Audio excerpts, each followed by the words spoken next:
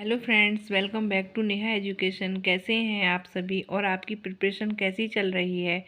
आप मुझे comments box में बताना, क्योंकि आप कोई भी मुझे नहीं बताता कि आपकी प्रिपरेशन कैसी चल रही है और आपको मेरा वर्क कैसा लगता है।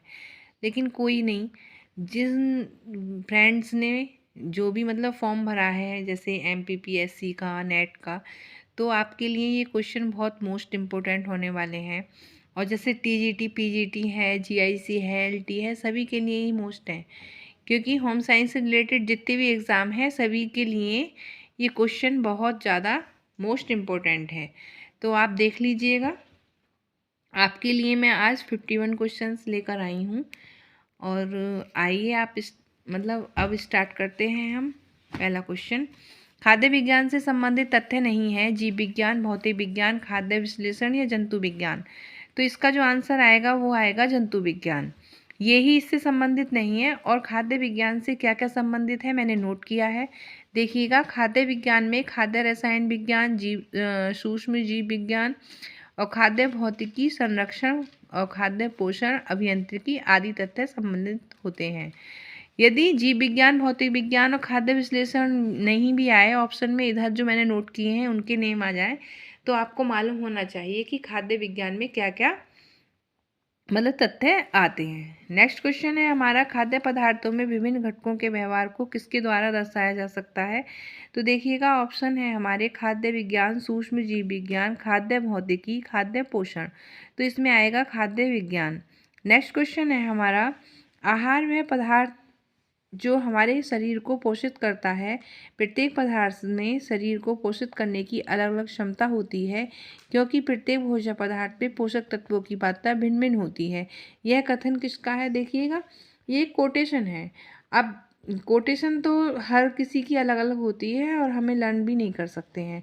ये है ऊषा टंडन की। तो मैं एक आपको ट्रिक बताती हूँ छोटी सी, कि हमें कैसे लर्न करनी है। जैसे कि डेफिनेशन को भी हम लर्न नहीं कर सकते हैं, इतना मतलब माइंड में नहीं कर सकते हैं, क्योंकि काफ़ी लोगों ने अपने अपने मतलब हिसाब से वो दे रखे हैं डेफिनेशन।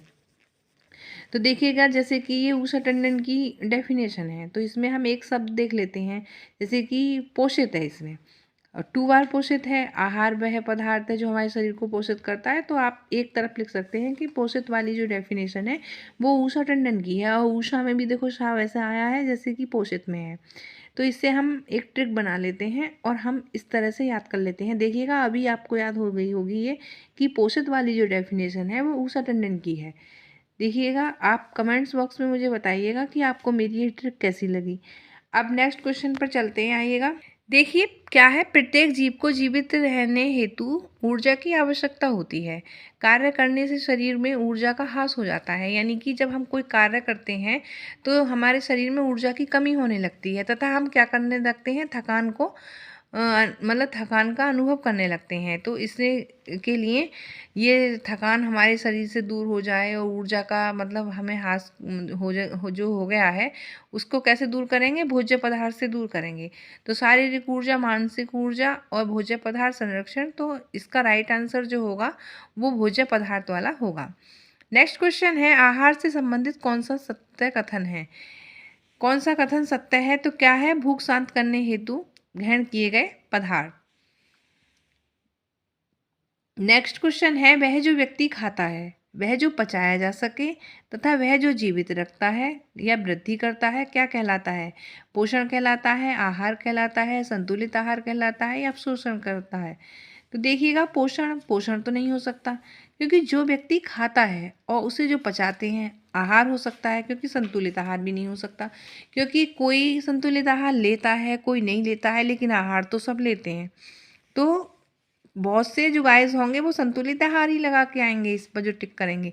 लेकिन आहार तो आहार है, ये मायने नहीं रखता है कि वह संतुलित आहार है या कैसा आहार है, आहार सभी ग्रहण करते हैं। इसीलिए जो भी हम खाते हैं, पचाते हैं, वह आहार होता है। ओके, नेक्स्ट क्वेश्चन है हमारा, आहार जिसमें सभी उद्देश्यों की पूर्ति हो जाए तो उसे क्या कहते हैं? संतुलित आहार कहते हैं, जिसमें सभी पोषक तत्व हों। मानव द्वारा ग्रहण किया गया आहार शरीर में पहुंचकर निम्नलिखित में से कौन सा कार्य पूर्ण नहीं करता? केवल भूख शांत करना। देखिएगा, कोई भी हम आहार ग्रहण कर रहे हैं तो उसका उद्देश्य केवल यही नहीं है कि वह भूख को शांत कर रहा है, वह शारीरिक वृद्धि भी करता है, हमारे शरीर के अंदर शरीर को ऊर्जा भी प्रदान करता है और रोग प्रतिरोधक क्षमता भी बढ़ाता है। नेक्स्ट क्वेश्चन है हमारा, शारीरिक कार्य करने वाला एक मजदूर के लिए अधिक आहार जबकि मानसिक कार्य करने वाले को कम आहार की आवश्यकता होती है। यह कथन आहार के किस उद्देश्य को प्रदर्शित करता है? ये बात बिल्कुल ही ठीक है, क्योंकि जो शारीरिक कार्य करेगा उससे ज़्यादा मतलब ऊर्जा वाले की भोजन की भी आवश्यकता होगी और अधिक आहार की भी जरूरत होगी। लेकिन जो मानसिक, जो बुद्धि से कार्य कर रहा है बैठे हुए, मतलब जैसे कि उदाहरण देती हूँ कि जैसे कोई लैपटॉप पे कार्य कर रहा है ना, जो ऑफिस में काम कर रहे हैं, तो उन्हें कम आहार की आवश्यकता होगी क्योंकि वो माइंड का वर्क कर रहे हैं। लेकिन जो मजदूर है वो अपना शारीरिक कार्य कर रहा है तो उसे अधिक आहार की जरूरत होगी। तो ये मात्रा को ही तो दर्शा रहा है, तो ये आहार की मात्रा को दर्शाता है। ये ऑप्शन दिए थे इसमें आहार के कार्य, आहार सामग्री का महत्व, उत्तम पाक क्रियाएं, लेकिन ऑप्शन हमारा आएगा आहार की मात्राएं। नेक्स्ट क्वेश्चन है हमारा, निम्न में से कुपोषण द्वारा होने वाले प्रमुख रोग कौन से हैं? तो क्वाशियोरकर है, रक्तअल्पता है, अस्थि विकृति। ये तीनों ही जो रोग हैं वो कुपोषण के द्वारा ही होते हैं। तो ऑप्शन आएगा इसका ये सभी। ऊर्जा उत्पादक पोषक तत्वों का युग्म निम्नलिखित में से है। तो ऊर्जा किससे प्राप्त होती है? कार्बोज और वसा से। तो इसका आंसर होगा कार्बोज और वसा। व्यक्ति के बॉडी मास इंडेक्स का पता कैसे लगाया जाता है? तो मानव मिति परीक्षण के द्वारा लगाया जाता है।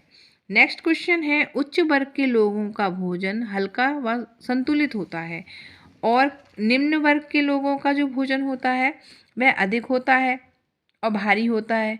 यह किस प्रकार की आहारीय विभिन्नता है? तो शारीरिक विभिन्नता है, धार्मिक विभिन्नता है, सामाजिक विभिन्नता है या आर्थिक विभिन्नता है?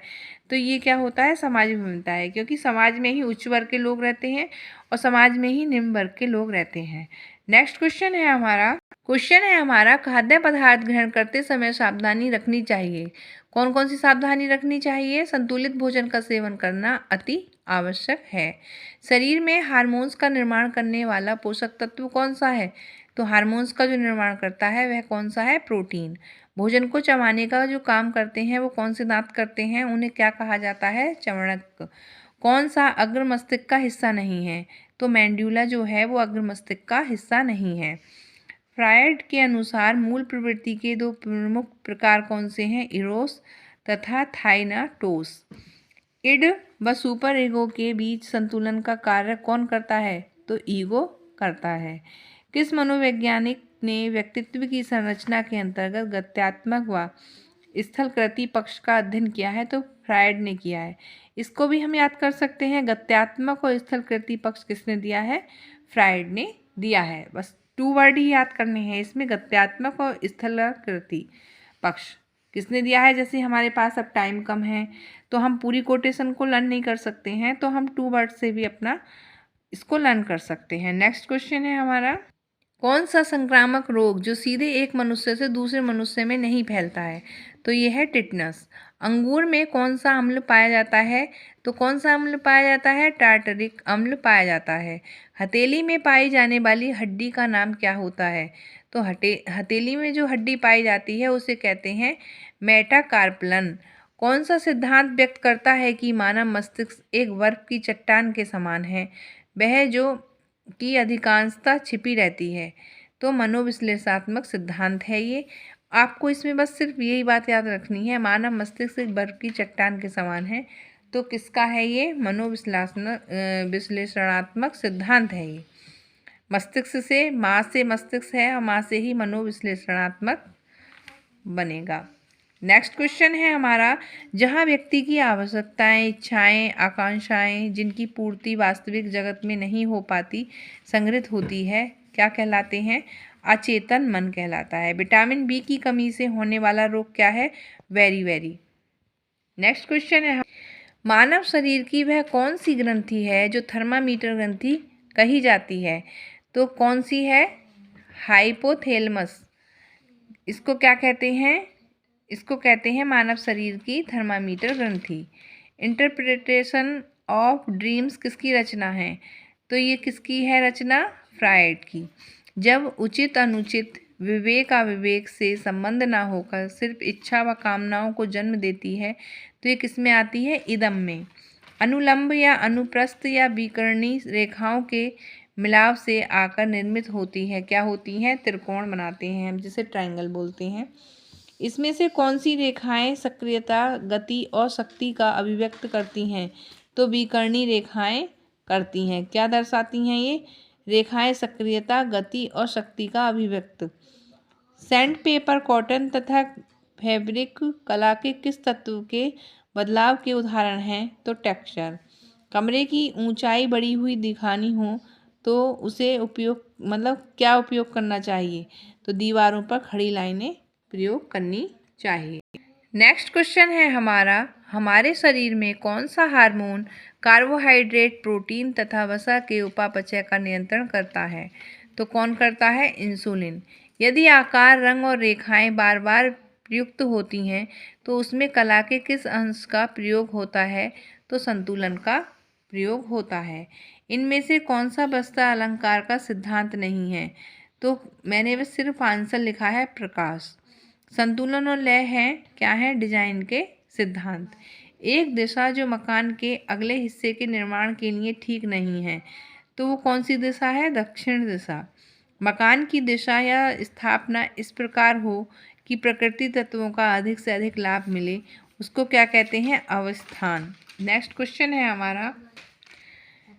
क्वेश्चन है हमारा आकारों की श्रेणी या सामंजस्य पाने की एक तकनीक है, उसे क्या कहते हैं? अनुपात। गैर ज्वलनशील भवन सामग्री का चयन कीजिए। तो ब्रिक, ईंट, एस्बेस्टस, मेटल, धातु। किसी भवन के चारों ओर खाली स्थान छोड़ने के मानक को क्या कहा जाता है? भूदृश्य। जब केंद्र के दोनों ओर समान रुचि एवं भार की वस्तु बराबर दूरी पर रखी जाती है, इसे क्या कहते हैं? औपचारिक संतुलन। मार्ग का नक्शा आंकने के लिए जो क्रियाएं की जाएंगी उनका सही क्रम क्या है?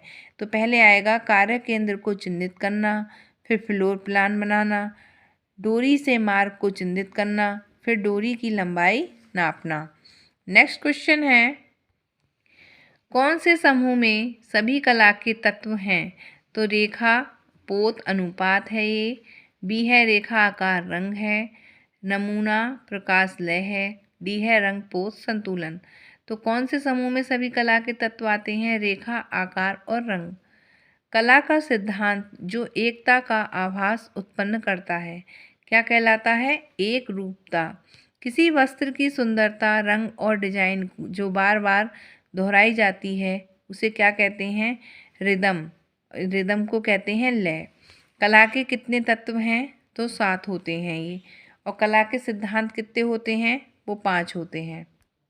हाँ, तो हमने 51 क्वेश्चंस को कवर कर लिया है। आप इनको लर्न कीजिएगा, पढ़िएगा बहुत अच्छे से और अपने माइंड को डिस्टर्ब नहीं कीजिएगा और फ्री माइंड होकर आप पढ़िएगा। लेकिन बार बार कहती हूँ डेली पढ़िएगा।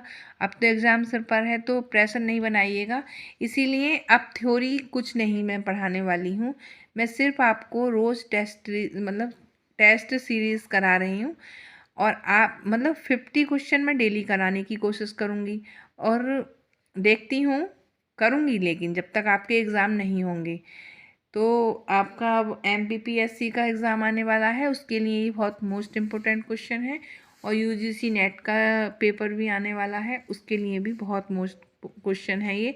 और TGT की अभी कोई डेट नहीं आई है, लेकिन TGT PGT जितने भी होम साइंस से रिलेटेड क्वेश्चन एग्ज़ाम हैं उनके लिए ये बहुत वेरी मोस्ट इम्पोर्टेंट क्वेश्चन है। तो आप इनको रिवाइज़ कीजिएगा, लर्न कीजिएगा, देखिएगा और मैं कम समय में आपको ये प्रोवाइड करा रही हूँ। तो ठीक है, फिर अब मिलते हैं हम नेक्स्ट वीडियो में। तब तक आप वेट कीजिएगा और ठंड से बचे रहिएगा। ठंड काफ़ी पड़ने लग गई है और मॉर्निंग में सब उठ जाइए 4 बजे से और 4 बजे से लर्न कीजिएगा, क्योंकि 4 बजे का मैं मानती हूँ कि जैसे सुबह में हम जल्दी उठ जाते हैं तो कुछ भी हम पढ़ते हैं तो वो बहुत जल्दी हमें याद हो जाता है। इसीलिए थोड़ा नींद को कम कर लीजिएगा, लेकिन इतना भी कम नहीं करिएगा कि फिर हमें पूरा दिन ही हमारा ख़राब चला जाए और हम पढ़ ना सकें। तो 4 बजे का तो टाइम ठीक है और उधर 11 बजे तक पढ़ लीजिएगा, काफ़ी है। उधर 4 बजे उठ जाइएगा। दिन में भी टाइम निकालिएगा और फालतू की बातों से बचिएगा। बस यही टिप्स दूंगी। और सभी जो जितने भी मेरे फ्रेंड्स हैं जो भी एग्ज़ाम देने के मतलब जाएंगे उनके लिए बेस्ट ऑफ लक। और बहुत अच्छे से दीजिएगा पेपर को, फ्री माइंड, ठीक है। और मतलब नर्वस नहीं होइएगा। और जितना आता है उसे कीजिएगा। और नहीं आता है तो अगर नेगेटिव मार्किंग नहीं है तब तो आप तुक्का लगा ही सकते हैं। लेकिन जिसमें नेगेटिव मार्किंग नहीं है और मतलब है तो उसमें आप तुक्का नहीं लगाइएगा। बस सिर्फ जो आपको आता है सिर्फ उस पर ही आप टिक कीजिएगा। और मिलते हैं नेक्स्ट वीडियो में। तब तक बाय, टेक केयर और अपना ध्यान रखिएगा।